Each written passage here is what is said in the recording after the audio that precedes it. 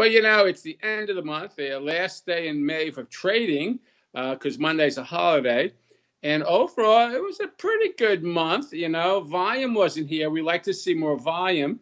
But for the month, the Dow's up about 2%. S&P's up slightly higher this month. The Nasdaq's down because we had that little bump middle of the month, but they're making it come back to this week. We've had a good week. Dow right now is up about 150 points, but for the week it's up 1%. S&P's up 1% for the week, and the Nasdaq is up 2.3%. So we're closing the month strong, and I don't know what the summer brings, but I think it'll be turbulent and probably less volume, more, and we may see a quiet month coming into June. We usually do. It used to be go away in May, but we didn't go away this year in May. We were here all month at trading, and it shows it. I spoke to traders that are already packing up. They're leaving early today, going out either to the Hamptons, or now some of them are going down to Florida. So they're going to Florida where it's only like 110 degrees, but they're going down there. So I think we'll see a slow month this month. Inflation's picking up a little. We saw the inflation number up 3.1%, much higher than the 2.9% expected. So, yeah, that came in a little hot, and we'll see how that affects the market. Consumer spending was up too this month. That was up 0.05%, and we'll see how that looks at the end of next month with higher inflation. I have to agree with that. I saw that sentiment. I do agree with it. But, that also has a way of helping with inflation, because people, as inflation gets higher, they curb their spending habits, and it brings it down. So ironically, higher inflation could be a way to get rid of inflation because people stop spending. At least they don't spend as much. So we'll have to wait and see. But I do see inflation picking up like we saw the numbers today. You'll probably see it over the summer. But I think it's not going to go too far. I see the 10 years acting okay right now, even though inflation did pick up. So overall, we'll keep an eye on it because that is a big number that we always watch, and we'll see what happens. I agree with you, and I think that the high-end stores will not be affected, but I do believe the low-end stores, you're going to see them get affected this year. The Walmarts, you'll see people shopping less probably, like you mentioned, Targets, Macy's, where those people are bulletproof, those stores. The people are going to come out there and shop anyway.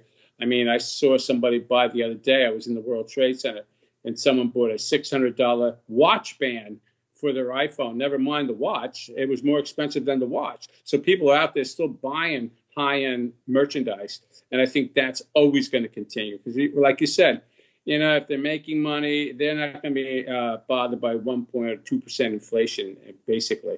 So they're okay with it. But the average guy, because remember, it's not just inflation, consumer inflation at stores, but it's at the pump. The pump is really where a lot of middle America gets hurt, and even high-end America. But, they're paying, it might go to $5 a gallon by Christmas here in the United States, and that will definitely affect consumer spending because, America is a country where you drive all the time, so that tank has to be full, and that definitely could hit spending elsewhere down the road.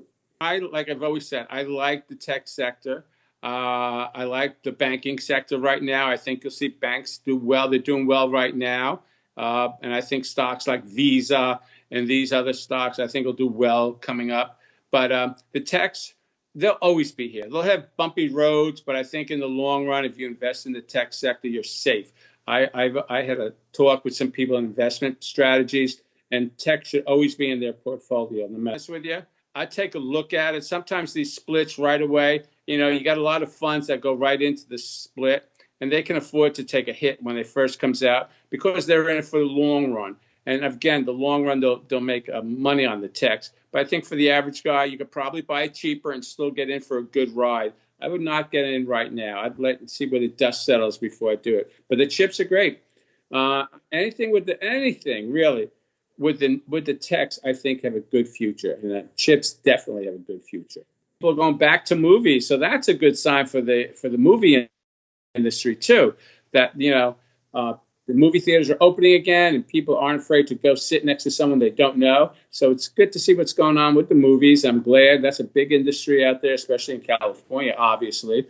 But they'll do well. AMC is another thing. We bought AMC. Well, now it's too late to talk about, but we bought it when it was crashing back there, when no one was going, because we knew America. Even during the Great Depression, there were two things in the Great Depression that made money. One was alcohol. People were buying alcohol to forget their troubles, I guess.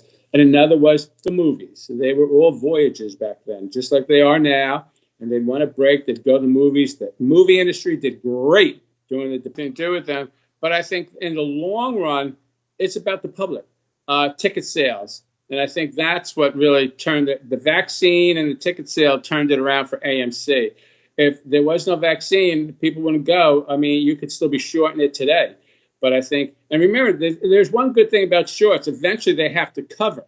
So people say, oh, the shorts are killing it. Yeah, the shorts may take it down, but remember, you can't sell on a minus tick. So what happens is once it starts to trade up, they become buyers, and that opens up another floodgate. So it's a crazy world, short and stock. You got to be careful.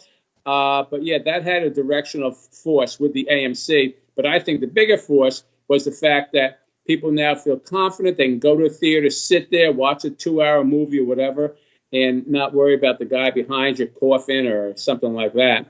And we're seeing it, and especially kids. Kids go to movies. They love movies. They take their dates. It's date night yet. So I think overall we'll see AMC do good not this year probably. They lost so much money. But I think they'll have a good summer. You got some blockbusters coming out. You got a Tom Cruise movie coming out this year, some other big ones coming to the screen. So I think basically it'll be a good year for movies, especially with theaters like AMC, Loews, and all these other guys opening up again.